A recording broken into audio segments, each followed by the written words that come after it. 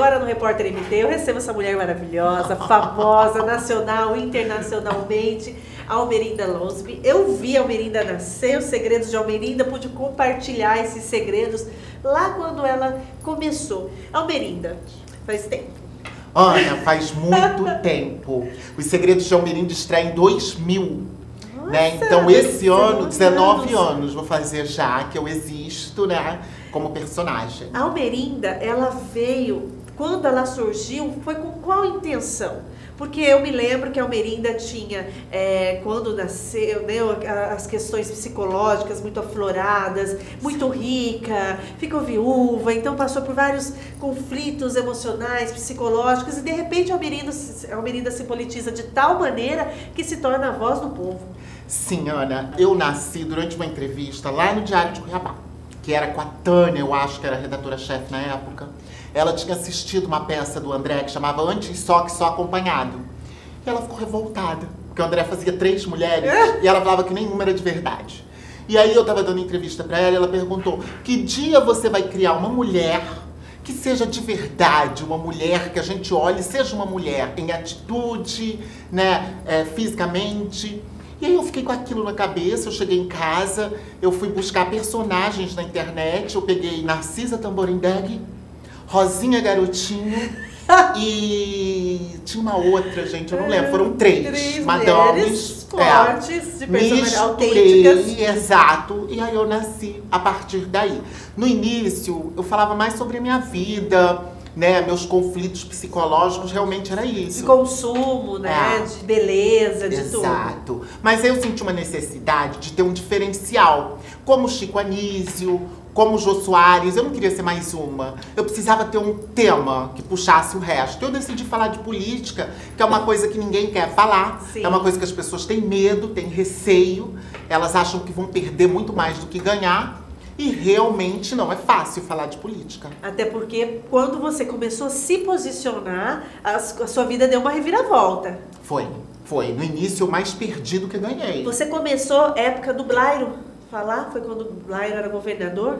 Que a Almerinda começou a se posicionar ou não? Já vem muito antes? Vem antes. Antes de Blairo? Só que eu não morava aqui. Eu tava morando no Rio de Janeiro. Você morou em Portugal? Morei em Portugal. Morei 10 anos no Rio, 1 ano e meio em Portugal, uns 3 anos em São Paulo. Deu uma rodada, né? Sou uma mulher rodada. Muitos amores nesses lugares pelos quais passou? Muitos amores, todos políticos, né, Ana? Hoje eu tô num ponto que é assim, é senador pra cima. Às vezes eu pego um deputado federal. Então, eu aproveitar fazer uma pergunta indiscreta. Grávida de Alice prestes a nascer. Quem é o pai? Então, Ana, todo mundo me pergunta quem é o pai. Eu não tenho problema nenhum em falar sobre isso, gente. Eu falo abertamente. Eu tava muito na dúvida entre Emanuel e Emanuelzinho. Mas eu fiz o exame de DNA. Então você ia ser apaixonada pelos dois ou foi apenas uma paixão arrebatadora? Não foi paixão. O caso de Emanuelzinho foi assim. Uma garrafa de champanhe, a Vale e ele. Foi assim que aconteceu. E aí eu notei que minhas roupas estavam apertadas, sabe? Eu treinando na academia, minha barriga crescendo. Eu falei, o que é isso? Aí eu fui fazer o exame de gravidez, deu positivo. Já fez ultrassom, percebeu o perfil, algo que relacionasse ao pai? Exato. E aí eu tava muito na dúvida, porque eu tive um lance com o Emanuel, mas foi assim, coisa rápida, e com o Emanuelzinho também. E eu falei, gente, mas aí, graças a Deus, pelo DNA, é de Emanuelzinho. E como você conseguiu capturar? Foi um fio de cabelo? Foi o quê? Dele foi um fio da sobrancelha. Falei, amor, parei, tem uma sujeira ali, pá! Suficiente pra fazer. Suficiente. Usei a mesma técnica com o pai dele. E aí, a partir do cordão umbilical, né? A gente fez o exame e descobrimos que é de Emanuelzinho, graças a Deus, é o pai da Alice. E como ele se comportou diante do resultado? Já disse que vai ajudar? Então, eu levei pra ele o resultado do exame no dia da empossação, né, dele. E aí eu levei o resultado do exame, quando ele viu que era dele, ele desmaiou. Quando ele acordou, eu mostrei a pensão que eu tô pedindo.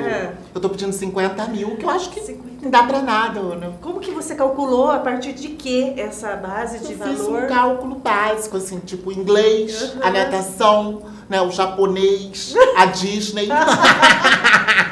Quer dizer, não dá pra quase nada. Mas aí vai acioná-lo, então. Não, acho que não vai precisar ele vai acionar ajudar, na justiça. né? Eu acho que vai. Aí quando eu mostrei o valor do DNA, o valor da pensão, ele desmaiou. E aí saiu em todas as mídias que ele teve intoxicação. Inclusive, eu tô gravando uma música pra ele sobre isso. Se você quiser, eu posso cantar um pedacinho. Canta um pedacinho pra gente. Bom, gente, eu não sou uma cantora, eu não atinjo as notas, mas eu gosto de cantar, né? É assim a música. Alô, eu tô ligando só pra lhe dizer que a Alice está pra nascer. Tô na delegacia e o polícia disse que esse caso tem sim solução. Eu quero uma pensão, eu falo sério. Tua encrenca é o valor que você prometeu. 50 mil não dá pra nada, é um grande mistério. Tu é filho do cara, eu sou essa mulher. E Alice vai viver a vida como eu quiser, sem dar satisfação dos gastos da pensão. Ela vai fazer inglês, natação também francês, e vai viajar pro Japão. Oh, oh, oh, oh, tenho 3 advogados, vai ser regime fechado pra você, amor. Oh, oh, oh, oh, tu é tão bagunçado, mas nunca se esqueça o prazo. Dia 5 vence a pensão, se não pagar tu vai de camburão. Uma homenagem, né? Mas a Almerinda continua solteira. Sim. Com o coração aberto para novos amores. Sim, um político, claro, Um né? político. Quando alguém me canta, eu falo, ai, pelo amor de Deus, vai candidatar pelo menos a deputado. Senador. Senador. Não, Governador, já se apaixonou por governador? Já, era um garimpeiro, mas eu não quero. A mulher pegou um ódio de mim. Conheci ele numa cidade do interior, né? Num garimpo. Lá em... Ai, meu Deus, até esqueci o nome da cidade. Matupá. Eu fui lá visitar, conheci ele tava com aquele shortinho de índio, que índio adora. Com uma bateia na mão. Foi amor à primeira vista. Ele já me deu uma pepita de presente. Mas quando ele ainda era só garimpeiro, ele não era governador. Não, era só garimpeiro E ainda. quando ele virou governador, te reconheceu ou te ignorou? Não, eu já era amiga da mulher dele. Aí a gente já era amigas, eu conheci ela em Cascavel, né? Ela é de Cascavel.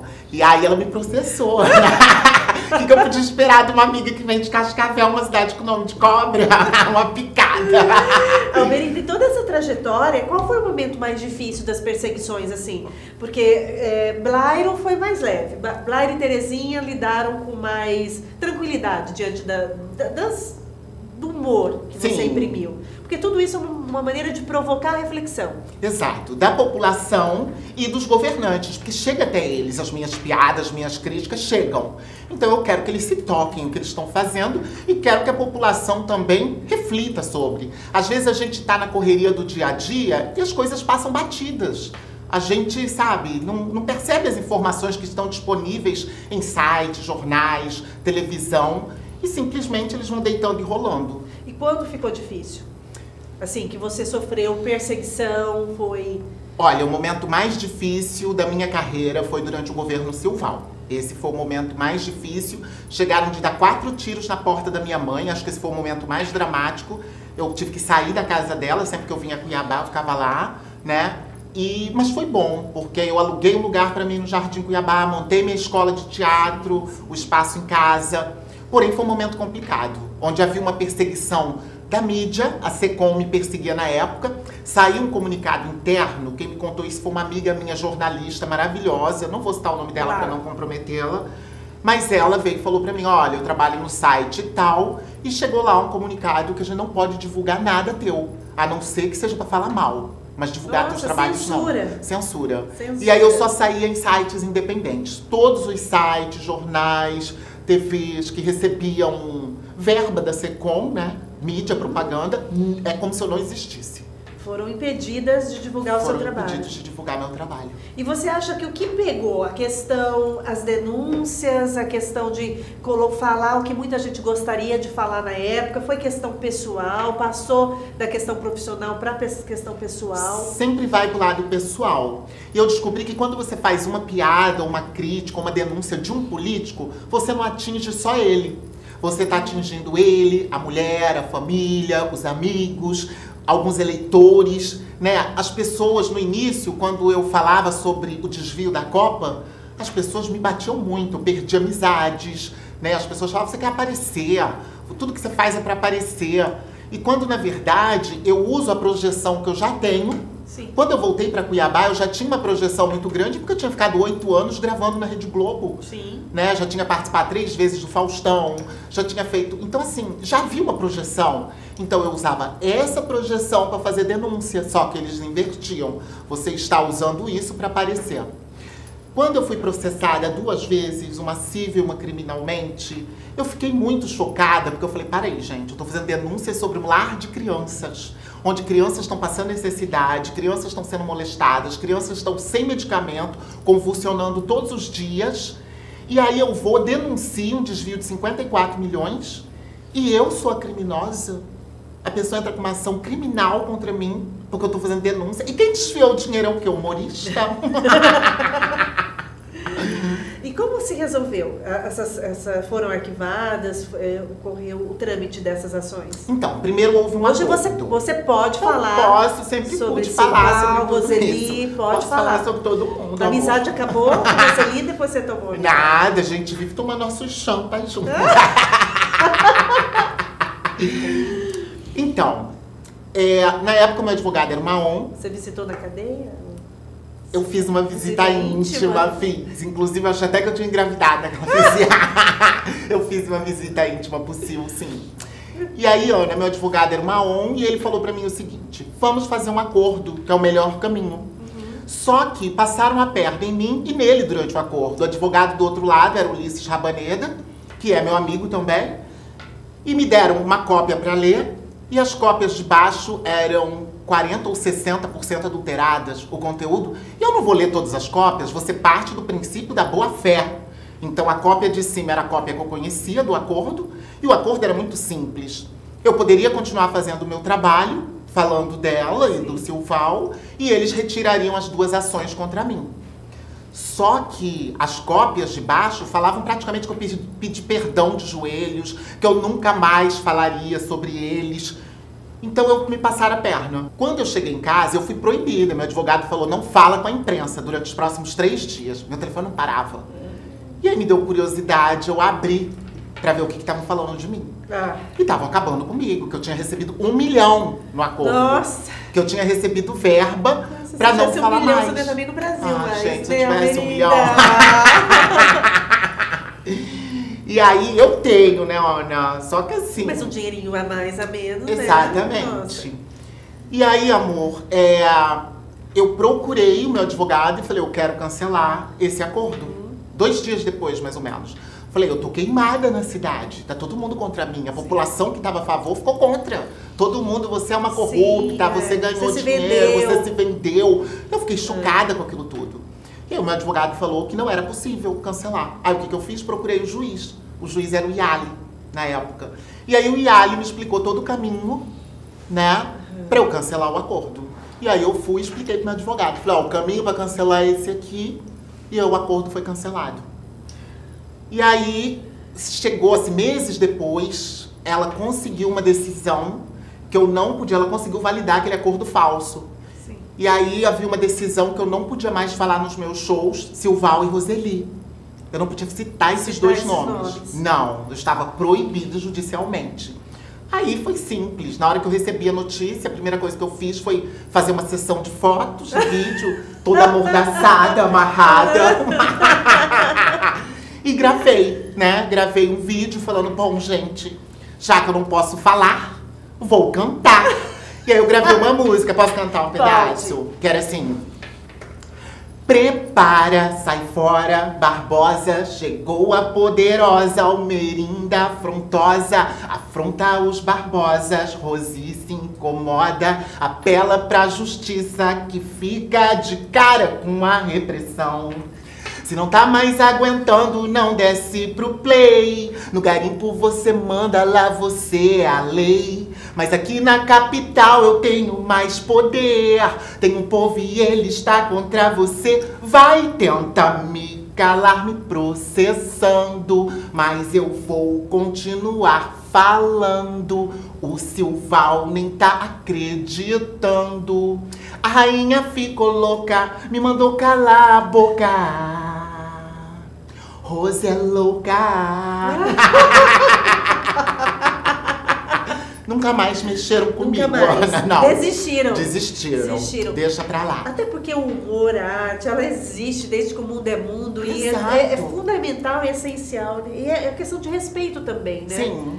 Porque a Almerinda, eu percebo que você pesquisa muito. Sim. E as piadas, elas têm uma base, têm um alicerce. Elas não vêm do nada de criações, Exato. não. Todas as críticas e todas as coisas que você questionou e denunciou foram a partir de denúncias, de operações, Sim. de matérias publicadas, de processos. Exatamente, Ana. Todos os dias eu acordo e eu passo 1h30, 2 horas atualizando. Lendo os sites de notícias. Repórter MT. Exatamente. Você é uma super fonte. Então, eu pesquiso, sabe? Eu tento atualizar, saber o que eu tô falando.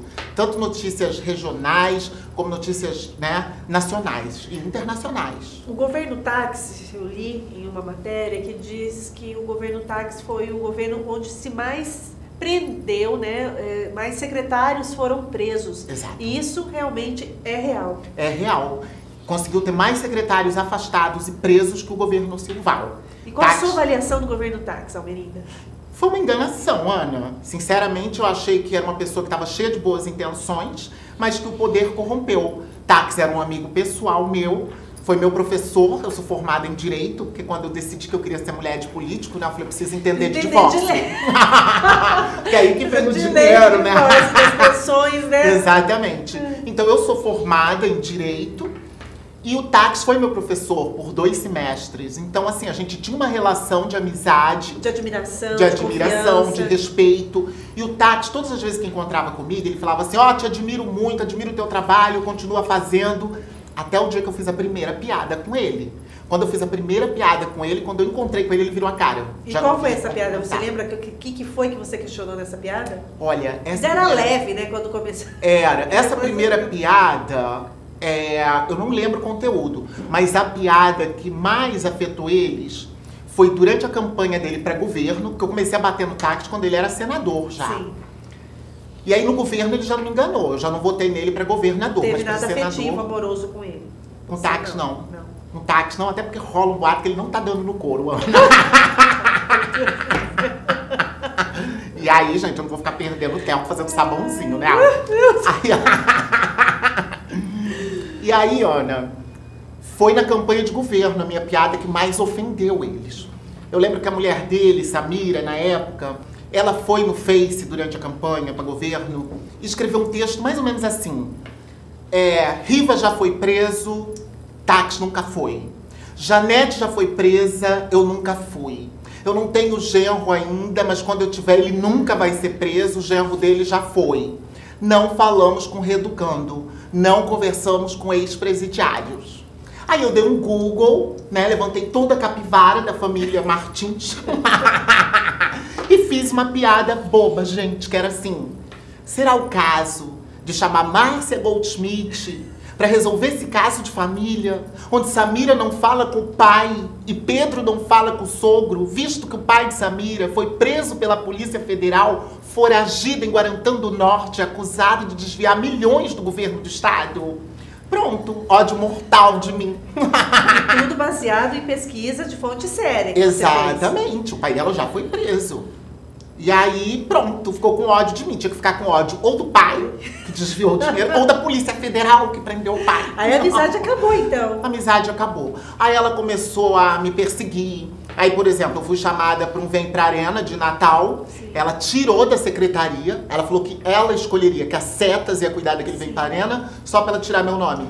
Eu já tinha levantado toda a documentação. E aí fui avisada que Samira Martins me cortou do Vem Pra Arena. E aí, amor, eu mandei um recado. Eu fui lá na secretaria de Almerinda, fiz um escândalo, deixei um recado pra ela. Falei, olha, antes de acabar esse governo, você não será mais primeira-dama. E eu continuarei artista. Minhas macumbeiras estão trabalhando. Deu certo. Quer o contato? Minhas macumbeiras são poderosas. Acho que um mês depois eles se separaram. Eu fui a primeira que dei a notícia no Face. Que a fonte também é poderosa. A fonte, eu tenho muitas fontes, Ana. Eu não posso revelá-las, mas eu tenho fontes dentro do governo. Dentro do governo, e mesmo neste governo. Mesmo nesse governo, eu tenho fontes em todos os lugares. No caso do Silval, hoje eu posso falar, eu tinha fonte dentro da casa dele. Uau! Quando Roseli pegou ele de amassos com uma secretária no gabinete dele, foi um bafão isso, né? O pau tava quebrando e eu tava recebendo a notícia. Tempo real. Em tempo real. Em tempo real. Exibição real. Exatamente. Mas eu não confio nas fontes. Eu pesquiso tudo. A pessoa passa uma informação. Você checa. Eu vou checar. E a nossa atual primeira-dama, Virgínia, você já tem um carinho por ela. Eu tenho muito carinho pela Virgínia, então deixo aqui, né, registrado. Virgínia é a primeira dama que eu não tenho problemas. Desde quando ela foi primeira-dama na prefeitura, foi a única que não quis bater de frente comigo. A gente sempre dialogou.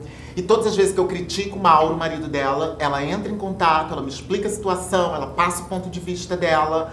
Às vezes não me convence, às vezes esclarece coisas, mas nós somos amigas pessoais. Eu gosto da Virgínia, gosto bastante. Então essa sensibilidade também te conquistou dela. Me conquistou. Ela é muito sensível e muito inteligente. Gosto muito de você, Virgínia Mendes. Mauro nem tanto. Então, agora Mauro, aconteceu recentemente um manifesto e você chegou na Assembleia Legislativa, foi aclamada pelos servidores e sendo assim reconhecida como a voz do povo, e você já tinha dito que acredita no Mauro Mendes, mas agora está vivendo um momento meio de conflito em que a sua crença começa a ficar abalada. Sim. Então, Mauro Mendes, qual a sua expectativa em relação a ele e quais são os seus medos em relação a ele? Então, eu não votei no Mauro, porém eu acreditava no Mauro. Eu achava que ele poderia fazer um bom trabalho à frente do governo. Mas nesse primeiro mês, um mês, Ana, só, ele pôs as garras de fora. Tipo, tem vídeos dele na campanha falando em valorização do servidor público, em pagamento do RGA. Gente, isso é poucos meses atrás. Assumiu, já mudou completamente, sabe, o discurso. É um discurso de desvalorização do servidor público. E aí fala em cortar o RGA, quando ele tinha acabado de falar que ia pagar o RGA. Aí a Empaer mesmo, tem vídeo dele falando o valor da Empaer, depois já quer acabar com a Empaer. Então, assim, é muito contraditório isso. Você prometeu uma coisa e depois que você é eleito, você agir de outra forma. Isso não é certo, isso pra mim é velha política. Então, porém, o Mauro tem uma coisa legal. Ele tem alguns secretários que eu gosto. Quais? Por exemplo, secretário de esporte, eu não lembro o nome dele agora, que é marido de Michele Alencar, que é repórter também. Eu gosto dele. Jefferson? Acho que sim. Eu sei que ele é empenhado. Sim. Eu gosto do Allan Kardec. Jefferson é ótimo. Eu gosto do Allan Kardec. Allan Kardec também. O Allan, eu acho ele super coerente nas decisões. Doutorado, exato. Estudioso, então tem a teoria, tem a prática. Exato. Alguns artistas torceram muito o nariz, né, com a indicação do Allan para a Secretaria de Cultura. Porém, o Allan é muito coerente nas decisões dele. Agora, a maioria dos deputados votaram, né, a favor do Mauro, contra os servidores. E o Allan, mesmo sendo secretário do Mauro, ele votou contra. Ele votou a favor dos servidores. Então ele é coerente. Sim, é importante que essa democracia, esse espaço para exercer a sua opinião, ela ocorra. E o que mostra, sendo o Allan secretário, deputado, mas votando, que vai ter espaço para o contraditório dentro do governo. Exatamente, isso é muito importante. Então eu gosto. Dentre a assessoria do Mauro, tá o Beto, que é cantor do 2-1, que é uma pessoa que eu gosto muito, é um querido, é um fofo. Também já teve uma paixão pelo Beto, você? Assim, Beto não é político, né, Ana? Então não, Beto não. Mas eu tenho um carinho muito grande. Mas foi secretário. Mas secretário é muito pouco pra você, né? É pouco demais, Ana. Sabe? Agora eu vou confessar pra você. Eu amo deputado de tornozeleira eletrônica. Pra mim são os preferidos, são os favoritos. É fetiche, mas é o seguinte. Eles estão de tornozeleira, é sinal que já desviaram, eles têm o dinheiro, vivem presos, eu acho isso incrível, porque você tem liberdade, não podem sair um certo horário da noite, tem que ficar em casa. Então traz fidelidade. Exato, e aí você fala, amor, quero ir pra balada, ele não pode ir, quem que te leva? Não, o motorista bombado que te... Chega no banco, eles ficam presos na porta eletrônica, você fala, amor, tô indo ali. Tira o você já dinheiro. saca, transfere e nem vê. Então, pra mim, são os melhores, deputados de tornozeleira. E, Almerinda, como se deparar com esse estado que a gente sai por Cuiabá? A gente tá na Cuiabá tem 300 anos. Houve também um burburinho que você seria candidata a prefeita. E aí, vários projetos do ar-condicionado na cidade, das bolsas, o kit contra a feiura. E a gente se depara com uma Cuiabá 300 anos que pede socorro. Por mais que os trabalhos estejam acontecendo, mas a gente é só sair pelas ruas, a cidade pede socorro. Sim. Como que a Almerinda se depara sobre isso? Você que já pensou em seguir carreira política, já pensou em se candidatar? Como que a gente faz para melhorar esse estado que, segundo o Mauro Mendes, né, nas entrevistas que ele tem falado, encontra o estado em uma situação muito crítica? Ana, peraí. O estado está numa situação muito crítica, mas hoje eu li uma matéria que o governo está alugando casa, R$100 e poucos mil lá no Alphaville para colocar os seguranças do Mauro. Então esse estado não está quebrado. Então eu acho o seguinte, a cidade não está quebrada, o município não está quebrado e o governo também não está. Mato Grosso é um dos estados que mais arrecada no Brasil. A gente tem que deixar de dar isenção fiscal para quem não precisa. Por exemplo, as empresas do Mauro mesmo. Ele poderia, né, dar o exemplo pagando, né, impostos. O pessoal do agronegócio, eles têm que pagar. Se você paga, eu pago, por que os que mais faturam não pagam? A Lei Candir já era. Em vários outros estados eles são taxados. Está na hora de parar com essa isenção fiscal. E assim, não dá para mexer só com os servidores do executivo e deixar os do judiciário e do legislativo fora dessa reforma. Se é para reformar, reforma todo mundo. O pau que bate em João tem que bater em todo mundo. Né? Então tá errado isso aí. Depois de a gente finalizar, porque eu vou ficar conversando com a Almerinda, depois né, a gente vai encerrar a entrevista, vou pegar outras dicas de beleza com ela, porque eu adoro essa minha amiga de muitos anos.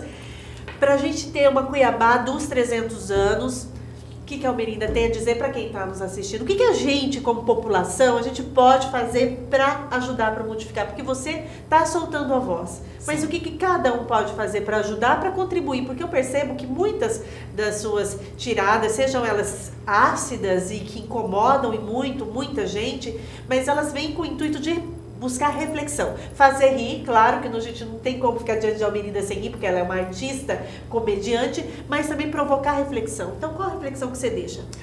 Olha, população cuiabana, eu sou uma legítima chapa e cruz. Sou nascida e criada aqui em Cuiabá. Tudo que eu faço é por amor a essa cidade. Eu quero melhor para Cuiabá. E esse espírito tem que tomar conta de todos vocês. A gente tem que estar de olho, a gente tem que estar cobrando, a gente não pode ser omissos. É a nossa cidade. E a nossa cidade está completando 300 anos. Eu estou fazendo a minha parte. E você, ó, tá fazendo a sua? Almerinda, minha entrevistada de hoje.